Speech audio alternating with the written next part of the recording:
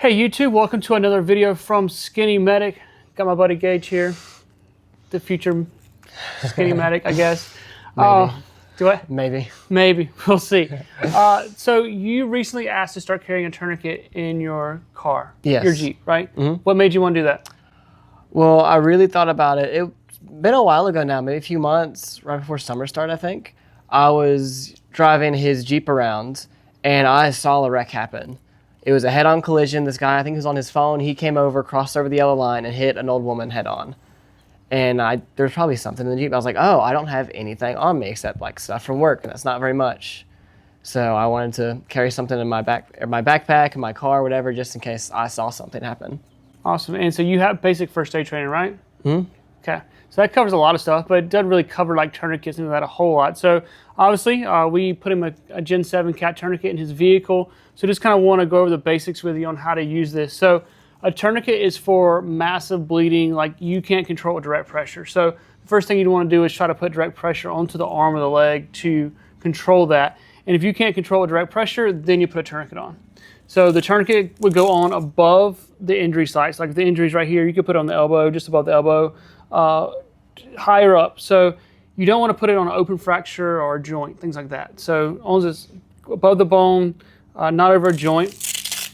And I always teach people to pull the red tab towards you. So if I'm putting it on someone else, I'm pulling the red tab this way. If I'm putting it on myself, I'll still pull the red tab towards me.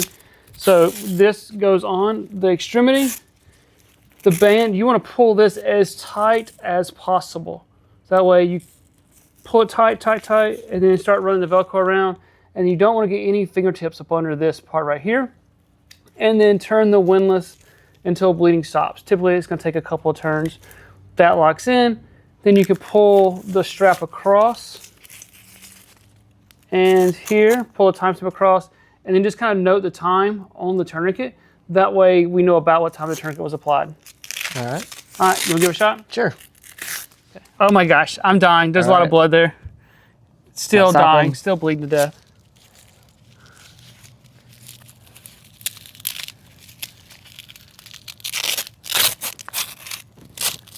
Keep pulling. There you go, pull. Okay. Keep turning. Can I keep turning? Yeah, you keep turning, keep going. Okay. Didn't want to hurt you. I'm tough. Are you sure? Yep. Leave it there. Okay. All right, And pull your timestamp over. Yep. Pull your timestamp over. Yep, right there. Your timestamp, pull that over. Okay. Yep, boom. All right. Is that it? That's it. And then I would lay me flat because I'm probably in hypovolemic shock. So I would like lay me flat and try to keep me warm. All right. Oh my gosh, my leg's cut off. All right. All right, still bleeding. It's still bleeding. All right. Pull it tight. There you go. Watch the junk. Don't go down that far. There we go. All right. Done. What time is it? 3:02. And then what should you do next? Call EMS. Yes. Call EMS. Make sure you're warm. Treat for shock. Treat for shock. Yep. Lay me flat. Keep me warm. All right. Mrs. Skinny Medic was the camera woman, and she fussed at us for not mentioning to buy a Mylar blanket when I said keep me warm. So Mrs. Skinny Medic says go buy a Mylar blanket with your cat tourniquet. All right, so what do you think? You think you're ready to carry a tourniquet? Yeah, I think so. All right, a little rite of passage for the Skinny Medic family here. If you're looking for a legit tourniquet that's not a Chinese knockoff, go to medicalgearoutfitters.com. We sell them. They're not Chinese, so that way they don't break. There's a whole different life story there for you.